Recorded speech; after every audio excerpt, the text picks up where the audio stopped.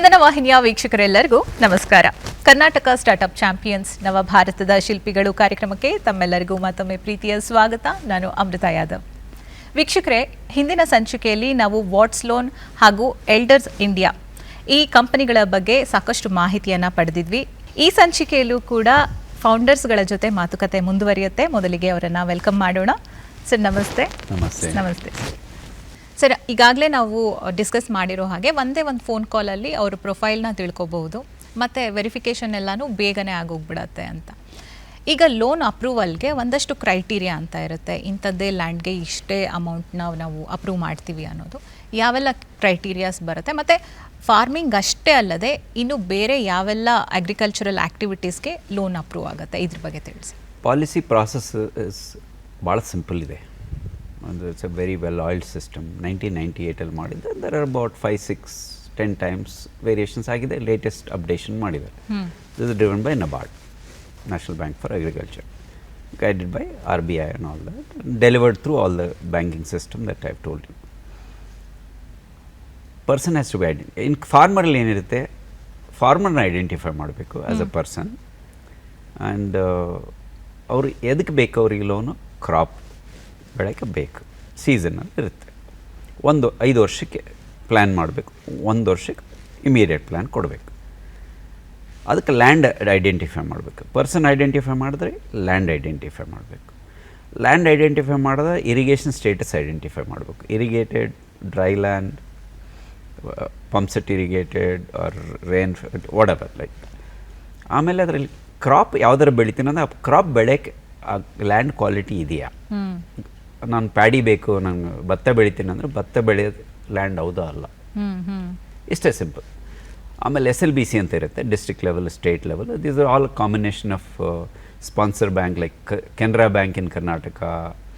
ಆಮೇಲೆ all district collectors will get involved, Karnataka government will get involved. They all sit and decide in a district of say Mandya to grow paddy per acre what is the cost. ಅದು very local. ಇದು district level ಅದು scale of finance ಅಂತ ಹೇಳ್ಬಿಡ್ತಾರೆ.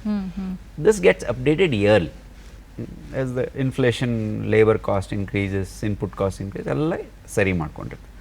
ಭಾಳ simple ಇದೆ process. ಇದು extremely simple among the lending products. ನೀವು ಯಾವುದೇ ಲೋನ್ ಕೊಡ್ತೀರ ಅಂದರೆ ಅದಕ್ಕೆ ಹೋಮ್ ಲೋನ್ ಪ್ರಾಸೆಸ್ ಎಷ್ಟು ಕಾಂಪ್ಲೆಕ್ಸ್ ಇರುತ್ತೆ. ಒಂದು ಸ್ಮಾಲ್ ಉದ್ಯಮಿಗೆ, ಸ್ಮಾಲ್ ಇಂಡಸ್ಟ್ರೀಸ್ ಕೊಡೋಕ್ಕೆ ಎಷ್ಟು ಕಾಂಪ್ಲೆಕ್ಸ್ ಇರುತ್ತೆ ನಮ್ಗೆ ಗೊತ್ತಿದೆ. ಇದು ಭಾಳ ಸಿಂಪಲ್ ಇದೆ. But the way it is delivered has been very extremely ಏನಂತಾರ ಹಿಂದೆ ಮುಂದೆ ಆಗುತ್ತೆ. ಫ್ರಿಕ್ಷನ್ ಅಂತೀವಿ ನಾವು ಅದಕ್ಕೆ. ಅಷ್ಟು ಸ್ಮಾಲ್ ಕ್ರೈಟೀರಿಯಾ ಇಟ್ಕೊಂಡು ಯಾಕೆ ನಾವು ಅಷ್ಟು ಟೈಮ್ ತೊಗೊಳ್ತಾ ಇದ್ದೀವಿ? ನಾನು ಒಂದು ಸಿಂಪಲ್ ಎಕ್ಸಾಂಪಲ್ ಕೊಡ್ತೀನಿ. ನಂದು ನಾರ್ತ್ ಕರ್ನಾಟಕ, ಅಲ್ಲಿ ನಮ್ಮ ಬ್ರದರ್ ಕೇಳಿದೆ, ನೀನು ಒಂದು ಕಿಸಾನ್ ಕ್ರೆಡಿಟ್ ಕಾರ್ಡ್ ತೊಗೋಬೇಕಾದ್ರೆ ಏನೆಲ್ಲ ಮಾಡ್ತೀಯಾ, ಸುಮ್ಮನೆ ಔಟ್ ಆಫ್ ಕ್ಯೂರಿಯಾಸಿಟಿ. ಅವ್ರು ಹೇಳಿದ್ರು 10 ಬ್ಯಾಂಕ್ಸ್ಗೆ ನಾನು NOC ತರೋದ್ರೆ 3 ತಿಂಗಳು ಹೋಗ್ಬಿಡುತ್ತೆ ನಂದು ಅಂತೇಳಿ. ಓಕೆ, ಅದು ಯಾಕೆ ಬೇಕು? ನಾವು we have convince the banks. ಯಾಕೆ ಬೇಕದು? ಬ್ಯೂರೋ ರಿಪೋರ್ಟ್ ತೊಗೊಂಡ್ಬಿಟ್ರೆ ಯಾವ್ಯಾವ ಬ್ಯಾಂಕಲ್ಲಿ ಏನೇನು ತೊಗೊಂಡಿದ್ದಾರೆ, ಎಷ್ಟೆಷ್ಟು ಚೆನ್ನಾಗಿ ಪೇ ಮಾಡಿದ್ದಾರೆ ಅಂತ ಗೊತ್ತಾಗುತ್ತಲ್ಲ. ಅದು 3 ಸೆಕೆಂಡ್ಸ್ ಜಾಬಲ್ಲೇ ನೀವು ಯಾಕೆ ಅವ್ರವ್ರನ್ನ ಓಡಾಡಿಸ್ತಾ ಇದ್ದೀರಾ ತೊಗೊಂಬರೋಕ್ಕೆ, NOC ತೊಗೊಂಬರೋಕ್ಕೆ? ಅವ್ರು ಎಲ್ಲೆಲ್ಲಿ ಹುಡುಕಬೇಕು, ಹೋಗಬೇಕು, ಮಾಡಬೇಕು. ಇಮ್ಯಾಜಿನ್ ದಟ್ ಫಾರ್ಮರ್ ಲಿಟ್ರೇಟೇ ಇಲ್ಲ, ಸೆಮಿ ಲಿಟ್ರೇಟ್ ಇದ್ದಾನೆ, ಅವ್ರ ಮಕ್ಕಳು ಸಪೋರ್ಟ್ ಸಿಗಲ್ಲ, ಅವ್ರು ಓದ್ತಾ ಇದ್ದಾರೆ ಸಿಟಿಯಲ್ಲಿ, ಮತ್ತೊಬ್ರು ಯಾರೋ ಸಿಟಿಯಲ್ಲಿ ಕೆಲಸ ಮಾಡ್ತಾ ಇದ್ದಾರೆ, ಅನುಕೂಲಗಳು ಇರಲ್ಲ. ಆಮೇಲೆ ಈಸ್ ಆನ್ ದ ಲೇಟರ್ ಏಜಲ್ಲಿ ಇರ್ತಾರೆ, ಅವರು ಓಡಾಡೋಕೆ ಆಗಲ್ಲ. ಈ ಥರ ಕಷ್ಟಗಳು ನೋಡಿ, everything is available with the government. Why we are not exchanging that information from the government to the bank? What is important? Consent of the farmer. TPDP ಆ್ಯಕ್ಟಲ್ಲಿ ಭಾಳ ಸ್ಟ್ರಿಕ್ಟ್ ಆಗಿಬಿಟ್ಟಿದೆ. You have to take a physical, digital consent of the farmer. Digital consent ಕಷ್ಟ ಆಗುತ್ತೆ ಸ್ವಲ್ಪ. ಅದನ್ನು physical consent ತೊಗೊಂಡು ನಿಮ್ಮ ಫೈಲಲ್ಲಿ ರೆಕಾರ್ಡಲ್ಲಿ ಇಟ್ಕೊಂಡು ಅದನ್ನು ಅಪ್ಡೇಟ್ ಮಾಡಬೇಕು ಸಿಸ್ಟಮಲ್ಲಿ. ಬ್ಯೂರೋ ನೀವು ಏನಾದರೂ ತೊಗೋಬೇಕು, ಇನ್ಸ್ಟೆಂಟಾಗಿ ತೊಗೋಬೇಕಂದ್ರೆ ಅವ್ರು ಹೇಳ್ತಾರೆ ಡಿಜಿಟಲ್ ಕನ್ಸೆಂಟ್ ಬೇಕೇ ಬೇಕಂತ ಹೇಳ್ತಾರೆ. We convince them that this is Bharat, this is not India. You can have a thumb impression ಇರ್ಬೋದು, ಏನೋ ಒಂದು ಅವ್ರ ಹೆಸರು ಬರೆದ್ರೆ ಅದೇ ಸೈನ್ ಅಂತಾರೆ. ಸೈನ್ ಅಂದರೆ ಸೈನ್, ಅವ್ರ ಹೆಸರು ಬರೆದ್ರು ಸೈನೇ ಇಲ್ಲೇ. ಅದನ್ನು ತೊಗೊಂಡು, ಯಾಕಂದರೆ ಕನ್ಸೆಂಟ್ ಅಂದರೆ ಇಂಡಿಯಾದಾಗ ಹೌದು ಅನ್ನೋದು ಕನ್ಸೆಂಟು, ಹಾಂ ಅಂದರೆ ಕನ್ಸೆಂಟು. ಆ ಲೆವೆಲಿಗೆ ನಾವು ಇಂಟ್ರ್ಯಾಕ್ಟ್ ಮಾಡ್ತಾ ಇರುವಾಗ ಇಷ್ಟು ಇನ್ಫಾರ್ಮಲ್ ಆಗಿ ನೀವು ಫಾರ್ಮಲೈಸ್ ಮಾಡಿ ವೆಸ್ಟರ್ನೈಸ್ ಸಿಸ್ಟಮ್ ತೊಗೊಂಡು ಕನ್ಸೆಂಟ್ ಬರೆದ್ರೆ ಹೆಂಗಾಗುತ್ತೆ ಅಂತ. We are simplified that. ಅದಕ್ಕೆ ಈ system all is digitally possible through the DPIs that are available. ಒಂದು ಅಪ್ಲಿಕೇಶನ್ ಫಾರ್ಮ್ ಇತ್ತು, ಒಂದು 2 ಪೇಜ್ ಅಪ್ಲಿಕೇಶನ್ ಫಾರ್ಮ್ ಮಾಡಿದ ಫಿಲ್ ಏನು ಮಾಡ್ತಾನೆ ರೀ ಅವರು, ನಾವು ಆಟೋ ಫಿಲ್ ಮಾಡ್ತೀವಿ, ನಾವು ಹೆಸರು ಕೇಳ್ತೀವಿ, ಅದನ್ನು ಆಧಾರಿಂದ ತೊಗೊಳ್ತೀವಿ, ನಿಮ್ಮ ಫೋಟೋ ಆಧಾರದಿಂದ ತೊಗೊಳ್ತೀವಿ, ಅಡ್ರೆಸ್ ತೊಗೊಳ್ತೀವಿ, ಡೇಟ್ ಆಫ್ ಬರ್ತೀವಿ, ಅದನ್ನು ಆಟೋ ಫಿಲ್ ಮಾಡಿಬಿಡ್ತೀವಿ. ಇದು ಕನ್ನಡದಲ್ಲಿದೆ ಸರ್, ಕನ್ನಡದಲ್ಲಿ ಟ್ರಾನ್ಸ್ಲೇಟ್ ಮಾಡ್ತೀವಿ, ಟ್ರಾನ್ಸ್ಲಿಟ್ರೇಟ್ ಮಾಡ್ತೀವಿ. This is a biggest technology. Name match is one of the toughest technology we have seen. Name matching is the biggest problem we are solving. Face matching, that photo that you given me, selfie ತೊಗೊಂಡಿರ್ಬೋದು ಫೋನಲ್ಲೇ, ಒಂದು photo ತಂದು ಕೊಡಿದ್ರೆ ನಾನು scan ಮಾಡಿದ್ದೀನಿ, to Aadhaar or driving licence I have to match to say that Thimmanagowda who's come here with that photograph is the same person. ಆಮೇಲೆ ಅಂತ land ರೆಕಾರ್ಡಲ್ಲಿ ಒಂದು ಸಿಂಗಲ್ ನೇಮ್ ಇರುತ್ತೆ, ಜಾಯಿಂಟ್ ನೇಮ್ ಇರುತ್ತೆ, ಫಾದರ್ ಜೊತೆಗೆ ಇಟ್ಕೊಂಡಿರ್ತಾರೆ, ಮದರ್ ಜೊತೆಗೆ ಇಟ್ಕೊಂಡಿರ್ತಾರೆ, ಅವರು ಬರಬೇಕು. ಸೊ ಇದೆಲ್ಲ ಮಾಡ್ಕೊಳ್ಳೋಕ್ಕೆ ಅದು ಜಾಯಿಂಟ್ ನೇಮ್ಸು, ಆಮೇಲೆ ಅಲ್ಲಿ ಮಾರ್ಟ್ಗೇಜು, ಆಮೇಲೆ ಹೈಪೋಥಿಕೇಶನ್ ಅಂತ ಒಂದು ಕಾಲಮ್ ಇರುತ್ತೆ ಲ್ಯಾಂಡ್ ರೆಕಾರ್ಡಲ್ಲಿ. ಗೌರ್ಮೆಂಟ್ ಏನೆಲ್ಲ ಮಾಡುತ್ತೆ ಅಂದರೆ name, extent, crop type, irrigation type, ಇದು ಮಾರ್ಟ್ಗೇಜು, ಇದೆಲ್ಲ ಕೊಟ್ಬಿಡ್ತಾರೆ ಇನ್ಫಾರ್ಮೇಷನ್ ನಮಗೆ, which is the most critical information for, because it's more about the land and the crop, less about the farmer. Consumer salary class ಅದು, it's more about me, my work, my income, my stability of residence then the land or something. Here it shifts to land and crop ಅಷ್ಟೇ. ಅದಕ್ಕೆ ಏನು ಮಾಡಿದ್ವಿ ನಾವು, bureau score ನೋಡಬೇಡಿ, ಇವ್ರದ್ದು low score ಇರ್ತೈತಿ, ಇವ್ರದ್ದು ರಿಜೆಕ್ಟ್ ಮಾಡ್ತೀರಾ. ಲ್ಯಾಂಡ್ ಸ್ಕೋರ್, ಕ್ರಾಪ್ ಸ್ಕೋರ್ ಅಂತ we have developed with satellite data companies. It is become the biggest alternate data to approve more number of farmers then rejecting. ಆ ಥರ evolution, ಯಾಕಂದರೆ digital when it's possible, we can look at the data which was already available, how can we use it with a new credit model. So we went and convinced the banks that you don't have to ask for NOCs and you don't have to look for the score of the farmer. ಅವ್ರು ಎಲ್ಲಿ default ಮಾಡಿಲ್ಲ, ಎಲ್ಲಿ legal dispute ಮಾಡ್ಕೊಂಡಿಲ್ಲ ಅಂದರೆ ಅವರಿಗೆ ದುಡ್ಡು ಕೊಡ್ಬೋದು ನೀವು. So it's more about the land and the crop than the person. Person has to be identified and you have to establish this person owns the same land, and the name on the Aadhaar and the name on the land record is the same. This is the biggest problem to match them because they are not similar. Thimmanagowda, Doddanagowda, Halemane ಅಂತ ಎಲ್ಲೇ ಬರೆದಿರ್ತೀನಿ, DH Thimmanagowda ಅಂತ ಇನ್ನೊಂದು ಕಡೆ ಬರೆದಿರ್ತೀನಿ. So it varies. So we are government is cleaning that up. ಏನು ಮಾಡ್ತಾ ಇದ್ದಾರೆ ಅಂದರೆ ಆಧಾರ್ ತೊಗೊಂಡು ಸೀಡ್ ಮಾಡ್ತಾ ಇದ್ದಾರೆ ಲ್ಯಾಂಡ್ ರೆಕಾರ್ಡಲ್ಲಿ. If the give that access to me, then there is no need to match names. Land record can be directly matched through the Aadhaar. Aadhaar becomes one unique identity. Okay. So ಈ ಒಂದು complex ಪ್ರೊಸೀಜರ್ನ ನೀವು simplify ಮಾಡ್ತಾ ಇದ್ದೀರಾ, ಇದ್ರ ಬಗ್ಗೆ ಮತ್ತೆ ಮಾತಾಡ್ತೀನಿ.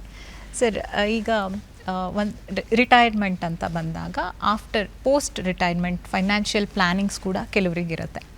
ಇನ್ನು ಕೆಲವು ಕಂಡೀಷನ್ಸಲ್ಲಿ ಏನಾಗ್ಬಿಡುತ್ತೆ, ಮರ್ತು ಹೋಗಿರ್ತಾರೆ, ಅಥವಾ ಅವ್ರದ್ದೊಂದು specific condition, health condition, Alzheimer's ಇರ್ಬೋದು, ಈ ಥರದ ಕೇಸಸ್ಸೂ ಇರುತ್ತೆ. ಸೊ ಅವ್ರು ಏನು ಮಾಡಿಟ್ಟಿರ್ತಾರೆ ಅನ್ನೋದು ಮಕ್ಕಳಿಗೆ ಗೊತ್ತಾಗೋದಿಲ್ಲ. ಈ ಒಂದು ಇಶ್ಯೂನ ಹೇಗೆ ನೀವು ಅಡ್ರೆಸ್ ಮಾಡ್ತೀರಾ? ಇದ್ರ ಬಗ್ಗೆ ಏನಾದರೂ ಕೇರ್ ತಗೊಳ್ತೀರಾ? ಹೇಗೆ? ನನ್ನ ವೈಯಕ್ತಿಕ ಅನುಭವನ ಹೇಳ್ತೀನಿ. ಈಗ ನನ್ನ ತಂದೆಯವರಿದ್ದರು, ಅವರು ಭಾಳಷ್ಟು ಜನ they will be able to relate. ಒಬ್ಬನೇ ಮಗ, ಆದರೂ ನೀವು ನಿಮ್ಮ ತಂದೆಯವ್ರ ಜೊತೆ ಹೋಗ್ಬಿಟ್ಟು ನೀವು ಎಲ್ಲೆಲ್ಲ ಇನ್ವೆಸ್ಟ್ ಮಾಡಿದ್ದೀರಾ ಹೇಳಿ ಅಂತ ಯಾವ್ಲಾರು ಕೇಳ್ತೀವ, ಅದೊಂದು ಹಿಂಜರಿಕೆ ಇರುತ್ತೆ. ಕರೆಕ್ಟ್. ವಯಸ್ಸಾದವ್ರಿಗೂ ಕೂಡ ಏನೋ ಮಗ ಏನೋ ಮಾಡ್ತಾ ಇದ್ದಾನೆ, ಅವ್ನ ಪಾಟಿಗೆ ಮಾಡಲಿ, ನಾವು ಹೇಗಿದ್ರು ಅವ್ನಿಗೆ ಹೋಗುತ್ತೆ, ಅದನ್ನು ಮುಂದೆ ನೋಡ್ಕೊಳ್ಳೋಣ, ನಾವಿರೋವರೆಗೂ ನಾವು ಇಂಡಿಪೆಂಡೆಂಟ್ ಆಗಿರೋಣ ಅನ್ನೋ ಒಂದು ಮನೋಭಾವನೆ ವಯಸ್ಸಾದವ್ರಿಗೂ ಇರುತ್ತೆ. ಆದ್ದರಿಂದ ಈ ಒಂದು ಸಂವಹನ ಆಗಲ್ಲ, ಈ communication between parents and children many times doesn't happen. ಆ ರೀತಿ ಆಯಿತು. ನಮ್ಮ ತಂದೆಯವ್ರಿಗೆ ಅದು he suffered with a stroke which resulted in that elders in the initiative that I talked to you about multiple needs. ಒಂದು, ನಾನು ಆವಾಗ ಅಷ್ಟು ಗಮನಿಸಿರಲಿಲ್ಲ ಈ financial security in the olden age and this particular issue. ಒಂದು ದಿವಸ ನೋಡಿದೆ, ಅವರು ಹಣಕಾಸು ಪತ್ರಗಳೆಲ್ಲ ಎಲ್ಲೋ ಒಂದು ಯಾವುದೋ ಡ್ರಾಯರಲ್ಲಿ ಇರ್ತಾಯಿದ್ರು. ಅದನ್ನು ತೆಗೆದು ನೋಡಿದಾಗ ಅಲ್ಲಿ ಅನ್ಬ್ಯಾಂಕ್ ಚೆಕ್ಸ್ ಇತ್ತು, ಎಷ್ಟೋ ಫಿಕ್ಸಡ್ ಡಿಪಾಸಿಟ್ ಮೆಚೂರ್ ಆಗಿತ್ತು, ಅದನ್ನು ಏನೋ had not had time to act on it. ಇದೆಲ್ಲ ಏನಪ್ಪ ಅಂದ್ರೆ ಅವ್ರಿಗೆ ಜ್ಞಾಪಕ ಇಲ್ಲ, ಏನೋ ಮಾಡಪ್ಪ ಅಂತ ಕೈ ಹಿಂಗೆ ಅಂದ್ಬಿಟ್ರು. ಸೊ ಆವಾಗ ಆ ಪತ್ರಗಳನ್ನೆಲ್ಲ ತೊಗೊಂಡು I will get some control, ಒಂದು ಯಾವುದೋ ವರ್ಕ್ಶೀಟ್ ಓಪನ್ ಮಾಡಿ ಇದನ್ನು ಮಾಡಿದ್ರೆ, ಅವ್ರು ಎಲ್ಲೋ ಫೋನ್ ಮಾಡಿದ್ರೆ ಅವ್ರನ್ನ ಯಾವುದೋ HDFC AMC ಅವ್ರ ಫೋನ್ KYC ಆಗಿಲ್ಲ, ಅಲ್ಲಿ ಬರಬೇಕು, ಇದು ಮಾಡಬೇಕು, ಅದು ಮಾಡಬೇಕು ಅಂತ. ಈ ರೀತಿ ನನಗೇನು ಗೊತ್ತಿಲ್ವಲ್ಲ, ಅವ್ರು ಏನು ಮಾಡಿದ್ದಾರೆ ಅಂತಲೇ ಗೊತ್ತಿಲ್ವಲ್ಲ, ಈ how do I get control ಅನ್ನೋ ಒಂದು ಪ್ರಶ್ನೆ ನನಗೆ ಎದುರಾಯಿತು. ಆಮೇಲೆ when you actually take a look at the macro picture, ಭಾರತದಲ್ಲಿ nearly 1,50,000 crores of family wealth is lost because of this lack of communication. ನಿಜ ಹೌದು. ಎಷ್ಟೋ ಬ್ಯಾಂಕ್ ಸಾವಿರಗಟ್ಟಲೆ ಬ್ಯಾಂಕರ್ ಇದ್ದಾರೆ, ಸಾವಿರಗಟ್ಟಲೆ ಬ್ಯಾಂಕ್ ಲಾಕರ್ಸು ಓಪನ್ನೇ ಆಗಲ್ಲ. ಹೌದು. ಎಷ್ಟೋ 50-60 ಸಾವಿರ ಕೋಟಿ ಇನ್ಶೂರೆನ್ಸ್ ನಾನು ಇನ್ಶೂರೆನ್ಸ್ ಮಾಡಿ ನನ್ನ ಮಕ್ಳಿಗೆ ಹೇಳ್ತಾ ಇದ್ರೆ ಗೊತ್ತಾಗತ್ತೆ. ಈ ರೀತಿ ಜೀವನವಿಡೀ ದುಡಿದು ಸಂಪಾದನೆ ಮಾಡಿ ಕೂಡಿಟ್ಟಿರುವಂತ ಹಣ ಅವರಿಗೆ ಅಥವಾ ಅವ್ರ ಮಕ್ಕಳಿಗೆ ಹೋಗೋದಿಲ್ಲ. ಸರಿ, ಈ ಒಂದು traditional wealth management players none of them were able to help me. ಯಾವುದೋ ಒಂದು ಸ್ಟಾರ್ಟಪ್ಪಲ್ಲಿ ಯಾರೋ ಬಂದು ಒಂದೊಂದು 2-3 ತಿಂಗಳು ದಿನ ಬೆಳಿಗ್ಗೆ ಬಂದು ಯಾವುದೋ ಒಂದು ಸಿಗ್ನೇಚರ್ ಮಾಡ್ಕೊಂಡು ಹೋಗೋಣ, ಏನೋ we got some semblance of control. ಆಗಲೂ ನಮ್ಮ ತಂದೆ ನನಗೆ ಏನು ಹೇಳಿಲ್ಲ ಅಂತ ಇವತ್ತು ಗೊತ್ತಿಲ್ಲ. I lost him some 3-4 years back. So I thought this is a bigger issue that needs to be addressed. ಬೇರೆಲ್ಲ ಕಡೆ ಯಾರು ಯಾವುದೇ ಒಂದು ಒಳ್ಳೆ ಕೆಲಸ ಮಾಡ್ತಾಯಿದ್ರು ಅವರನ್ನೆಲ್ಲ we were able to bring it to the platform. But ಇಲ್ಲಿ ಈ ಒಂದು ಫೋಕಸ್ ಇರುವಂಥ financial services player was missing in the country. So ಅದಕ್ಕೋಸ್ಕರ we had to step in. ಅದೊಂದು ಎಲ್ಡರ್ಸ್ ವೆಲ್ತ್ ಅನ್ನೋ ಇನಿಷಿಯೇಟಿವ್ ಸ್ಟಾರ್ಟ್ ಮಾಡಿದ್ದೀವಿ. ಅಲ್ಲಿ ಈ ಒಂದು ಪೋಸ್ಟ್ ರಿಟೈರ್ಮೆಂಟ್ ಲೈಫಲ್ಲಿ how do I plan and what all needs to be done to make sure that I get control and at the time of my choosing I can give it to my children. ಈ ಒಂದು estate planning ಅಂತ ಹೇಳ್ತೀವಿ, ಅದು wheel ಇರ್ಬೋದು ಅಥವಾ trust ಇರ್ಬೋದು, ಅದನ್ನೆಲ್ಲ ಹೇಗೆ ಮಾಡೋದು, ಯಾವ ರೀತಿ ಮಾಡಬೇಕಾಗತ್ತೆ, ಈ ಒಂದು ಫೋಕಸನ್ನು ಎಲ್ಡರ್ಸ್ ವೆಲ್ತ್ ಅನ್ನೋದನ್ನು ಇನಿಷಿಯೇಟಿವಲ್ಲಿ ತರ್ತಾ ಇದ್ದೇವೆ. Okay. So that's the second initiative. ಮತ್ತು ಎಲ್ಡರ್ಸ್ ಟ್ಯಾಲೆಂಟ್ ಅಂತ ಒಂದು ಇನಿಷಿಯೇಟಿವ್ ಇದೆ ನಿಮ್ಮಲ್ಲಿ. ಈಗ ರಿಟೈರ್ಮೆಂಟ್ ಆದ ತಕ್ಷಣ ಅದು ಕೇವಲ ಒಂದು ರಿಲ್ಯಾಕ್ಸೇಷನ್ ಪೀರಿಯಡ್ ಅಂತ ನಾವು ಕನ್ಸಿಡರ್ ಮಾಡೋಕ್ಕಾಗಲ್ಲ. ಅವ್ರಿಗೆ ಫಿಸಿಕಲಿ ರೆಸ್ಟ್ ಬೇಕಿರುತ್ತೆ, ಬಟ್ ಮೆಂಟಲಿ ಅವ್ರು ತುಂಬಾ ಆ್ಯಕ್ಟಿವ್ ಆಗಿರ್ತಾರೆ. ಅಂಥವ್ರಿಗೆ ಈಗ ಟೈಮ್ ಪಾಸ್ ಮಾಡೋದೇನೆ ಕಷ್ಟ ಆಗಿರುತ್ತೆ. ಸೊ ಅವರು ಏನು ಮಾಡಬಹುದು? ಅವ್ರಿಗೇನಾದರೂ ನೀವು ನಿಮ್ಮ ಕಡೆಯಿಂದ ಯಾವುದಾದ್ರೂ ಪ್ರೋಗ್ರಾಮ್? ಬಹಳಷ್ಟು ಮುಖ್ಯವಾದಂಥ ಸಂಗತಿ ಇದು. ಯಾಕೆಂದರೆ ಲಾಂಜಿವಿಟಿ, ಇದು ಇಂಪ್ಯಾಕ್ಟ್ ಆಫ್ ಲಾಂಜಿವಿಟಿ. ಮುಂಚೆ ನಾವು ಒಂದು ಜೀವನವನ್ನೇ ನಾವು 3 ಘಟ್ಟಗಳಲ್ಲಿ ನೋಡ್ತೀವಿ.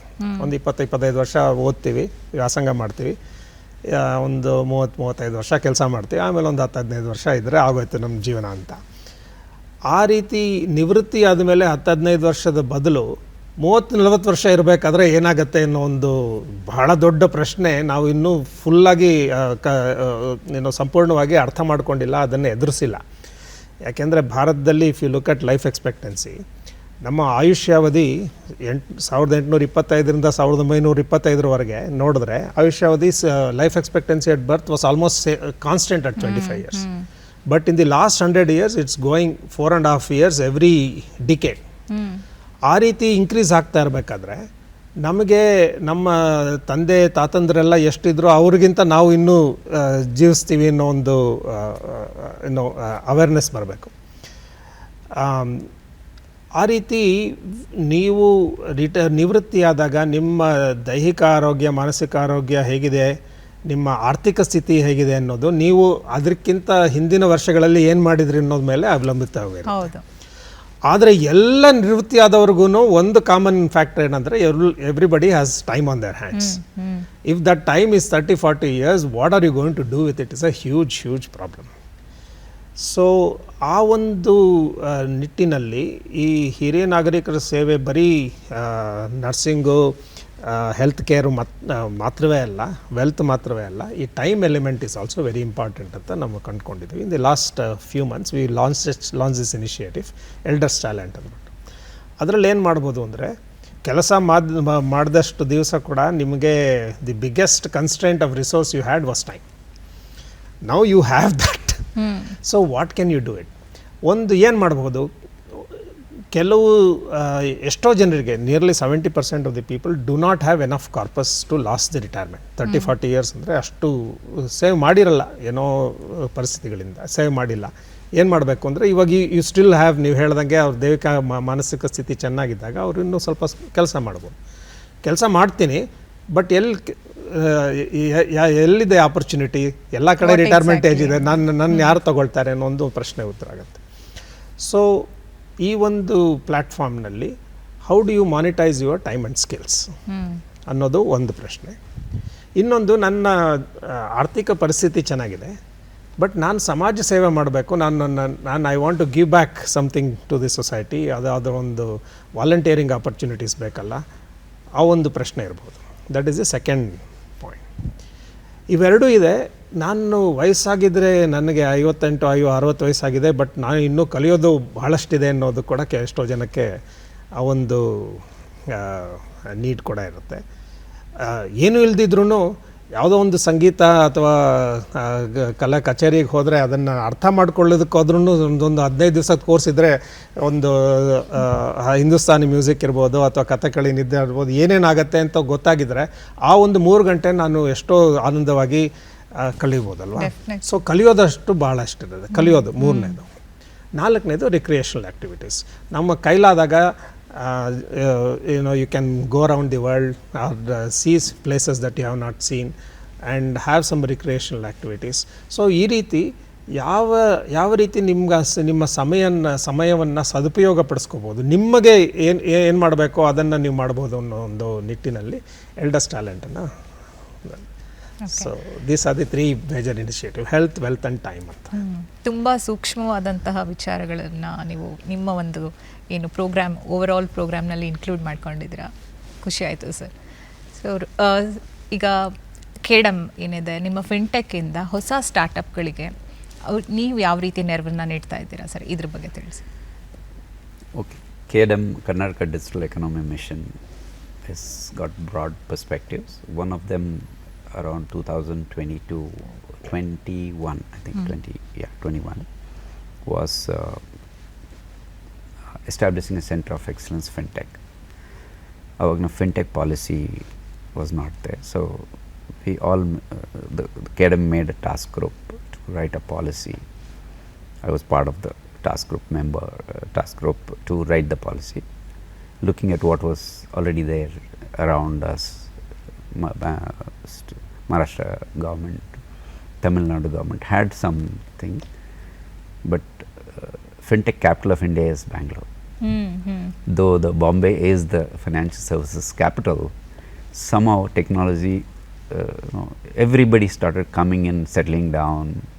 You have Zerodhas, and Razorpays of the world, and Cred and all that. You have phone pays here. We had done nothing, but they had established themselves and chose Bangalore as their city and a state, right? And it was not going out of the Bangalore. Everything was settling down to Bangalore. This group looked at how do we take it across the state? What do we need to do?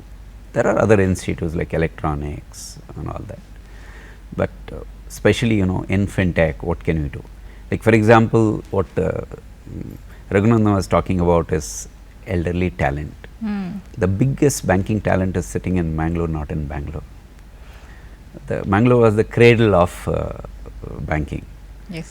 ನೋಡಿದ್ವಿ ಏನು ಮಾಡ್ತಾ ಇದ್ದಾರೆ ಇವರೆಲ್ಲ, healthy ಇದ್ದಾರೆ, ಚೆನ್ನಾಗಿದ್ದಾರೆ, next 10 years they can give. They have talent and time. ಅವಾಗ ಏನಾಗುತ್ತೆ, you cannot price ಇದು. They are willing to give, they are willing to come to a place. Can we make a place to come? ಏನಾಗುತ್ತೆ ಅಂದರೆ ಈಗ startups all the enthusiasm, ಅದು ಒಂದು idea ಅಂತ ಇಟ್ಕೊಂಡು they have ideas, they can build products, but they can't build businesses. To build business you mean mentorship. ಅದು finance ಇರ್ಬೋದು, access to capital ಇರ್ಬೋದು, ಒಂದು ಬ್ಯಾಂಕ್ ಲೋನ್ ತೊಗೊಳೋದಿರ್ಬೋದು, ಆಮೇಲೆ seeing the cycles of business up and down ನೋಡಿರಲ್ಲ ಅವರು. ಆ ಏಜಲ್ಲಿ ಏನಂದರೆ ಅವ್ರಿಗೆ ಏನು ಕೆಳಗಡೆದು ಏನು ಕಾಣಲ್ಲ, ಬರೀ ಮೇಲೆ ಹೋಗೋದಷ್ಟೇ ಕಾಣುತ್ತೆ. Like Raghunandan and me, we would have seen 3-5 cycles, whichever business we are in.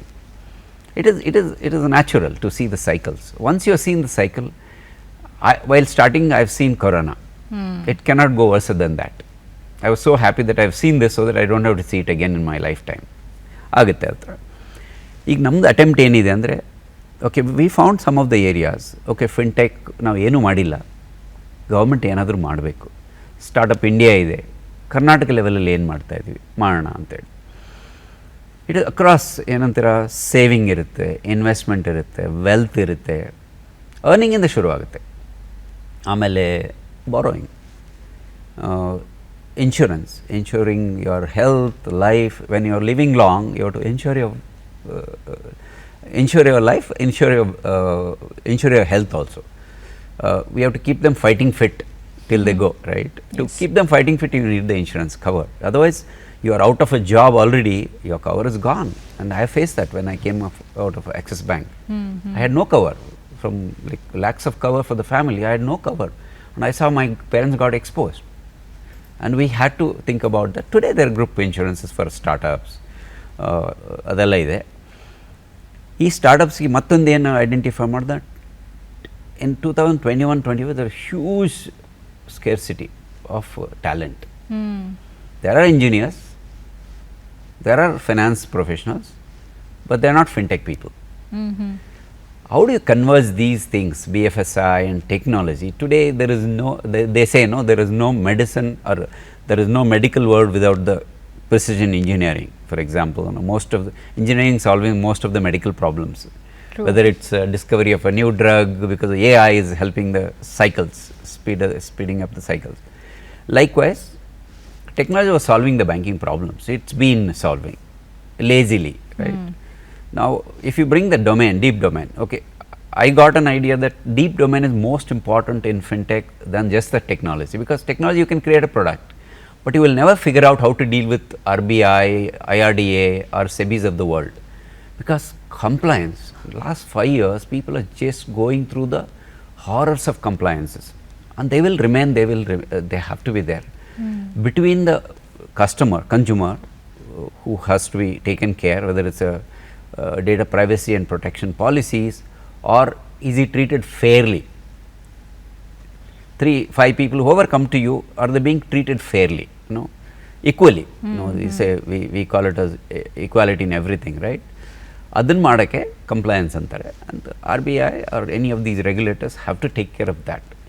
The weakest is the strongest when you go for this kind of compliance. The weakest, who can't speak with a language, or the oldest, weakest, is the strongest. They will be taken care by the government and the regulators, not the person who can defend himself. ಆ ಥರ ನೋಡಿದಾಗ startups have to understand that what is the government support, whether it's incubation, acceleration. We've just launched first incubation cohort in IIM Bangalore, NSRCEL. ನಾವೇನು ಹೇಳ್ತೀವಿ ಅಂದರೆ, ಇದು ನಮ್ಮದು hosting institution. There was no need for us to set up another thing. We just went to NSRCEL, which was already there. There are so much facilities available, and they have already 10 years or more of incubation acceleration. 2020 they started their fintech incubation. I'm one of the beneficiaries of the first incubation of Niti Aayog by NSRCEL. Okay. Then we realized, how do we bring more to that place? Now, as I'm talking to you, we're building a content for educating thousands of people, graduates who are not employable. This is graduated. He could be BCom, BSc, or just an engineer, but he's not willing to go into deep coding, but he is willing to do something different. Okay. Right? We are putting up a program which is online program, and support of government, and we are creating the content. So the initiatives are supporting and taking this out of Bangalore. We call it Beyond Bangalore programs. So how do you take it out of Bangalore? Bangalore is one of the key areas for BFSI. It could be anywhere else. It could be Mysore cluster, it could be Hubli, Dharwad, Belgaum cluster, and Bangalore will become the hub, and these are the spokes we will support. And we want to see that the best of the ideas and fintechs and tech fins. It need not be just fintech; it can be tech fin also, right? Can come from these cities and converge into Bangalore and all India, and meet the needs of the Mumbai, which is the BFSI city. But fintech capital is Bangalore today. Correct. And we want to grow on top of it. Okay. So Raghu sir, Yes. ಈಗ ಕೊನೆಯದಾಗಿ ನಮ್ಮ viewers ಇರ್ಬೋದು ಅಥವಾ ಒಂದು organisation ಇರ್ಬೋದು, ನಿಮ್ಮ ಪ್ಲ್ಯಾಟ್ಫಾರ್ಮಲ್ಲಿ ಯಾವ ರೀತಿ ಎಂಗೇಜ್ ಆಗ್ಬೋದು? ಭಾಳ ಮುಖ್ಯವಾದ ಪ್ರಶ್ನೆ. ಈ organisations have a big role to play. ಯಾಕೆಂದರೆ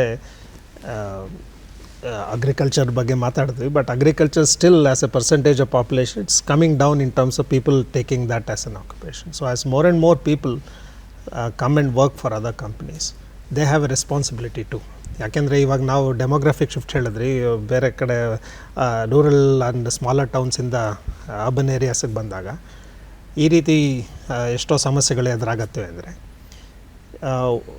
one of the stake holders will be organisations. So ಅವರು ಈ ರೀತಿಯಾದಂತಹ ಎಲ್ಡರ್ ಕೇರ್ ಸಪೋರ್ಟನ್ನು ಎಂಪ್ಲಾಯೀಸ್ಗೆ ಕಲ್ಪಿಸ್ಕೋಬೇಕು. ಈ ಒಂದು ಅವೇರ್ನೆಸ್ ಲೆವೆಲ್ಸ್ ಇನ್ಕ್ರೀಸ್ ಆಗ್ತಾ ಇದೆ. ಸಂತೋಷ ಸುದ್ದಿ ಏನಂದರೆ 9 ವರ್ಷ ಆಯಿತು ನಾವು, ಬಟ್ ಈ ಒಂದು ಇನ್ the last couple of years ಸಿಕ್ಕಾಪಟ್ಟೆ ಅವೇರ್ನೆಸ್ ಲೆವೆಲ್ಸ್ ಇನ್ಕ್ರೀಸ್. ಯಾಕೆ ಮಾಡಬೇಕು ಅನ್ನೋದು ಬಹಳ ಮುಖ್ಯ ಪ್ರಶ್ನೆ ಇತ್ತು. ಇವಾಗ ಯಾವ ರೀತಿ ಮಾಡಬೇಕು ಅನ್ನೋಂಥ ಪ್ರಶ್ನೆ ಬರ್ತಾ ಇದೆ. ಸೊ ಆರ್ಗನೈಸೇಷನ್ ಸಪೋರ್ಟ್ ಮಾಡಬೇಕು. ಅದು ಏನೋ ಒಂದು ಪರೋಪಕಾರ ಮಾಡ್ತಾ ಇದ್ದೀನಿ ಅಂತೆಲ್ಲ, ಅದಕ್ಕೆ huge positive impact for the organisation. ಯಾವ ರೀತಿ, ಇವಾಗ ನೀವು ನಿಮ್ಮ ಒಬ್ಬನೇ ಮಗ ಅಥವಾ ಮಗಳಿರ್ಬೋದು, ಕೆಲಸ ಮಾಡ್ತಾ ಇದ್ದಾರೆ, ಅವರ ಮನಸ್ಸು, ಅವರ mind will be there trying to see what could happen, if something happens what should I do, ಆ ರೀತಿ ಒಂದಿರುತ್ತೆ. By taking that problem off that mind space will create in better productivity, will result in better productivity. ಇದೊಂದು ಎಷ್ಟೋ ಸ್ಟಡಿಗಳು outside the country ಆಗಿದೆ, ಇಲ್ಲಿ ನಾವು ಮಾಡ್ತಾ ಇದ್ದೇವೆ ಈಗ. ಬಟ್ ಇಂಟ್ಯೂಟಿವ್ಲಿ ಗೊತ್ತು ನಮಗೆ, ಇದೊಂದು ಉತ್ಪಾದಕತೆ ಅಂತ ಹೇಳ್ತೀವಲ್ಲ, ಅದು ಡೆಫಿನೆಟ್ಲಿ ಇನ್ಕ್ರೀಸ್ ಆಗುತ್ತೆ. ಆಬ್ಸೆಂಟಿಸಮ್ ಕಡಿಮೆ ಆಗುತ್ತೆ. ಪ್ಲಸ್ ಈ ರೀತಿ ಒಂದು ನಾವು ಈ ಥರ ಒಂದು ಸಪೋರ್ಟ್ ಕಲ್ಪಿಸಿದ್ರೆ ಬೇರೆ ಆರ್ಗನೈಸೇಷನ್ಸ್ ಎಲ್ಲಿ ಕೊಡ್ತಾ ಇಲ್ವೋ ಅದಕ್ಕಿಂತ ಈ ಒಂದು ಆರ್ಗನೈಸೇಷನ್ನ ಪ್ರಿಫರ್ ಮಾಡ್ತಾರೆ. So attracting retaining talent will also be good. So from an organisation perspective also it's a good thing. ಇನ್ನೊಂದು ಇಂಪಾರ್ಟೆಂಟ್ ಆ್ಯಂಗಲ್ ಇದೆ, ಏನಂದರೆ ಈಗ ಡೆಮೋಗ್ರಾಫಿಕ್ ಶಿಫ್ಟ್ ನಾವು ಲಾಂಜಿವಿಟಿ ಎಲ್ಡರ್ಲಿ ಇನ್ಕ್ರೀಸ್ ಅಂತ ಹೇಳಿದ್ವಿ.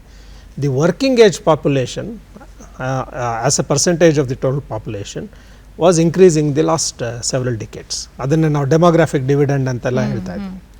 ಇವಾಗ ಏನಾಗುತ್ತೆ ಅಂದರೆ, ಬಿಕಾಸ್ ದಿ ಫರ್ಟಿಲಿಟಿ ರೇಷಿಯೋ, ಅಂದರೆ number of children in the family, ಒಂದೊಂದು ಮನೆಯಲ್ಲೋ about 6 children were there in 1950. ಇವಾಗೇನೋ 2 ಆಗಿಬಿಟ್ಟಿದೆ. By 2050 it will come down to below the replacement ratio. ಅವಾಗ ಏನಾಗುತ್ತೆ ಅಂದರೆ, ಚಿಲ್ಡ್ರನ್ ಕಡಿಮೆ ಆಗ್ತಾ the working age population will also come down, and which is going to happen very soon. Percentage of working age population ಕಡಿಮೆ ಆಗ್ತಾ ಇದ್ದಾಗ ನಾವು ನಮ್ಮ economy has to grow at 8% ಅಂದರೆ ಹೇಗಾಗುತ್ತೆ? ಕರೆಕ್ಟ್. 3 ಪಾಸಿಬಿಲಿಟಿ. ಒಂದು, ಪ್ರೊಡಕ್ಟಿವಿಟಿ ಇನ್ಕ್ರೀಸ್ ಆಗಬೇಕು.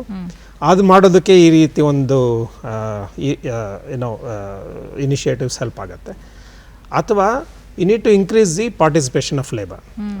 ಹೇಗೆ, ಇವಾಗ women work only 30% of the women participate in labor, where it's men 75% ಇದೆ. ಇದನ್ನು ಇನ್ಕ್ರೀಸ್ ಮಾಡಬೇಕಂದ್ರೆ ಈ ರೀತಿ ಒಂದು ಪ್ರೋಗ್ರಾಮ್ ಇದ್ದರೆ, ಈ ಡಿಫಾಲ್ಟ್ ಕೇರ್ ಗಿವರ್ ವಿಮೆನ್ ಅಂತ ಆಗಿಬಿಡುತ್ತೆ ಎಷ್ಟೋ ಕುಟುಂಬಗಳಲ್ಲಿ. ಅದು ಆ ಒಂದು ನಿಟ್ಟಿನಲ್ಲಿ women continuing in the work force will also increase. So that is also very important. And the third one, we talked about the senior talent pool. So ಈ ಟ್ರೆಡಿಷನಲ್ ಸ್ಕಿಲ್ ಬೇಸ್ ಕಡಿಮೆ ಆದಷ್ಟು you need to look at the senior talent pool. So ಈ ರೀತಿ ನೋಡಿದಾಗ organisations have a big role to play. Individuals ನೀವು ಹೇಗೆ ಹೇಳಿದ್ರಿ, individuals they need to start preparing. ಈ ರೀತಿ ಒಂದು ಪಾಸಿಬಿಲಿಟಿ ಇದ್ದೇ ಇದೆ. ನಿಮ್ಮ ವಯಸ್ಸಾದ ತಂದೆ ತಾಯಿಗಳು 75 ವರ್ಷ ಇಲ್ಲದೆ ಇರ್ಬೋದು, 90 ವರ್ಷದವರೆಗೂ ಇರ್ಬೋದು. ಆ ರೀತಿ ಆದಾಗ ನೀವು ಏನು ಒಂದು ಯಾವ ರೀತಿ ಅವ್ರನ್ನ ಸಪೋರ್ಟ್ ಮಾಡಬಹುದು ಅನ್ನೋದನ್ನು all of us will have to understand. By doing that we will be preparing better for our own old age. Correct ಅಲ್ವಾ? And all of us will have to take A little more initiative. ನಾವು ಹೇಳೋದಲ್ಲ, ಈ elders talent ಅಂತ ಒಂದು initiative, ಅದನ್ನು people can go and participate either as elders themselves trying to improve their quality of life by making use of time better. But if you have some initiatives that can help them, ಎಷ್ಟೋ ಜನ ಒಂದು ಕೋರ್ಸಸ್ಸನ್ನು announce ಮಾಡ್ಬೋದು, ಅಥವಾ ಅವ್ರಿಗೆ so offline social ಕನೆಕ್ಟ್ಗೆ ಏನು ಯಾವ ರೀತಿ ಅವ್ರಿಗೆ ಸೌಲಭ್ಯ ಕಲ್ಪಿಸ್ಬೋದು. All these are also opportunities. So longevity is not just a problem, it can be a huge opportunity that all of us can participate in. That's what I would say. ಒಂದು awareness ಅಂತೂ ಬರಬೇಕು ಹೌದು. Larger ಸ್ಕೇಲಲ್ಲಿ. ಹೌದು. Okay, thank you so much sir. ನೀವಿಬ್ಬರು ಕಾರ್ಯಕ್ರಮಕ್ಕೆ ಬಂದು ಇಷ್ಟೆಲ್ಲ ಮಾಹಿತಿಯನ್ನು ಕೊಟ್ಟಿದ್ದೀರಾ. ಒಳ್ಳೆ ಅದ್ಭುತವಾದಂತಹ ಯೋಜನೆಗಳೊಂದಿಗೆ ನೀವು ಕೆಲಸವನ್ನು ಮಾಡ್ತಾ ಇದ್ದೀರಾ. Thank you so much once again. ನಮಸ್ಕಾರ. ನಮಸ್ತೆ. ನೋಡಿದ್ರಲ್ಲ ವೀಕ್ಷಕರೇ, ಹೇಗೆ ತಾಂತ್ರಿಕ ಪ್ರಗತಿಗಳು ನಮ್ಮ ಇಡೀ ಪ್ರಪಂಚಕ್ಕೆ ಒಂದು ಕೊಡುಗೆಯನ್ನು ನೀಡ್ತಾ ಇದೆ, ಅಭಿವೃದ್ಧಿಗೆ ಕಾರಣವಾಗಿದೆ ಅಂತ. ಹಾಗೆ ಇಂದಿನ ಜೀವನದಲ್ಲಿ ಆಧುನಿಕ ತಂತ್ರಜ್ಞಾನ ಅನ್ನೋದು ನಮ್ಮ ಸ್ನೇಹಪರ ಸಂಗಾತಿಯಾಗಿದೆ ಅಂತಲೇ ಹೇಳ್ಬೋದು. ಇದಾಗಿತ್ತು ಈ ಸಂಚಿಕೆಯ ವಿಶೇಷ. ಮುಂದಿನ ಸಂಚಿಕೆಯಲ್ಲಿ ಮತ್ತೆ ಭೇಟಿಯಾಗೋಣ. ನಮಸ್ಕಾರ.